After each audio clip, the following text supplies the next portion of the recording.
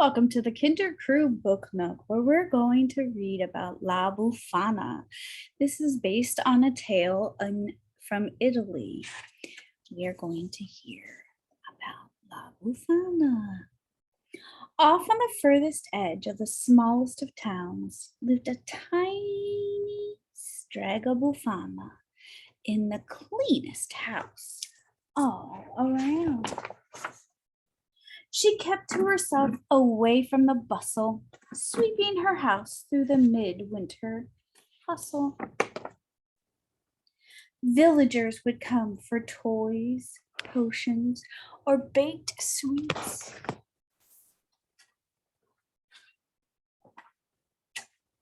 She would mix and bake for them, then send them away with their treats. Befana disliked visitors and never asked them to stay. She led a clean, quiet life and preferred it that way. With a faded black scarf, she drew back her hair, and in the plain skirt and strong boots, polished and swept every stair. As she started to close up one cold midwinter night, Befana pulled in the lantern and blew out the light. She was startled from her work by a knock at the door. Visitors? Now? No one had come so late before. She peeked out to see a learned-looking old man. He was brilliantly dressed, and his face was quite tan. Though his clothes were bright colors, they showed wear from the road. His shoes were all muddied, and his weariness showed. She opened the door, stepping cautiously aside. The man and his dirty shoes came swiftly inside. Good evening, he said. I do apologize that it is late, but I am in a hurry and lost my mission, and my mission is great. I have seen a sign that a child has been born, one that will lead us all through a dark storm. This child is divine, full of joy, hope, and love. He is radiant and kind and sent from above. I come bearing gifts to honor this child and to pledge my heart to this king who is mild. You could come with us. These things that you sell as gifts for a king would be suited quite well. Befana was concerned about this man and these signs and didn't like the way firelight danced in his eyes.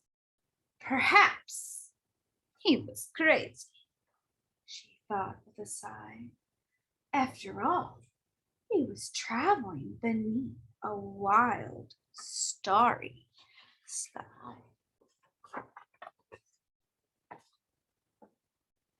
She could not help, she said firmly, and ushered him out.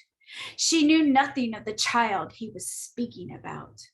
Once he was gone, she slammed the door shut and reached for her broom to sweep out the soot.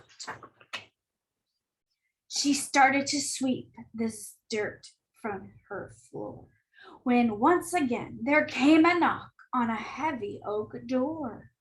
Another man she saw through the door, but this time with a finely dressed man came many more. What do you want? She asked through the door's heavy wood. I need directions, my lady, and supplies if you could. The gentleman and his companion stomped roughly inside. Their boots were caked heavy with grime from the ride.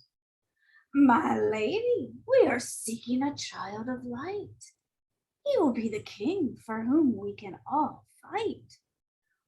We go to bring gifts and offer our hands. You are welcome to join us as we cross through these lands. Once more, she assured them she could be of no help. They paid for supplies and she saw them all out. I wonder if you've guessed where they might be going and who they might be seeking. Befana looked at the mess and slowly set down her broom. She'd take a quick nap before she tidied the room. But her nap was sadly not to be long, for once more the oak door was pounded upon. Go away, she cried without opening the door. I know nothing about this child you search for.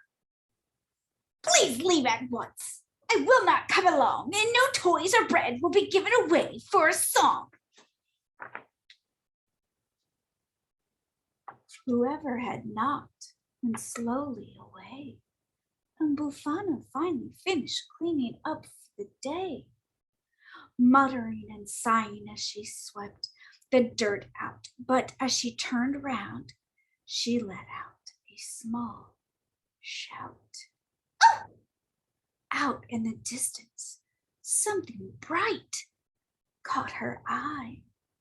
A wondrous new star sparkled in the deep blue sky. The star warmed her heart, and she knew right away it was no ordinary star, and this no ordinary day.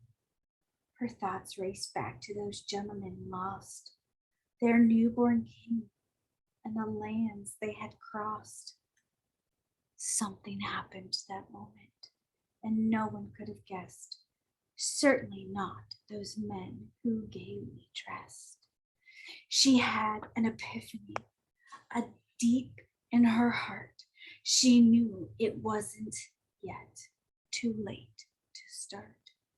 She laid out her plan, for this child king of light would have one more visitor if the signs turned out right. Swiftly she gathered the treasure she needed. Gifts for the child would be her good deed. She stowed away the gifts in her bag, sweetbreads and bright trinkets, until the bag sagged. She was off through the door, and she knew not to linger. Her lantern and broomstick now grasped in her fingers. She scanned the road and returned to the skies. The brightly lit beacon once more filled her eyes. She ran light and fast with no signs of men or the child they searched for, the one who would be king. Her gifts in a bundle were clasped to her chest. As fearfully lost, she stopped for a rest. There was no sign to follow. As she looked all around in the stillness of the night, she heard not a sound. The guiding star in the velvety night she could no longer see, for millions of stars now shone above the trees. As she turned to go on through the window, she spied a small sleeping child with closed, dreaming eyes. Could this be the child? Her heart made a leap. Then she saw others beside him, also fast asleep. Looking closer, she saw more babes in their beds all over town. There'd be children, winter dreams in their heads. How could she know that she had found the right boy? Smiling, she chose to give each a new toy. And so she left at the front door at the foot of each bed, some of her trinkets and a piece of sweet bread. She left something there for each good girl and boy, hoping one of them would be the child of light and pure joy.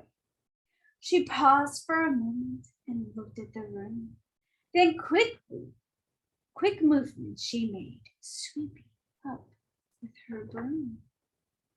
As she ran off to the next house, strong winds lifted her, till soon she was flying near the stars and perched on her broom.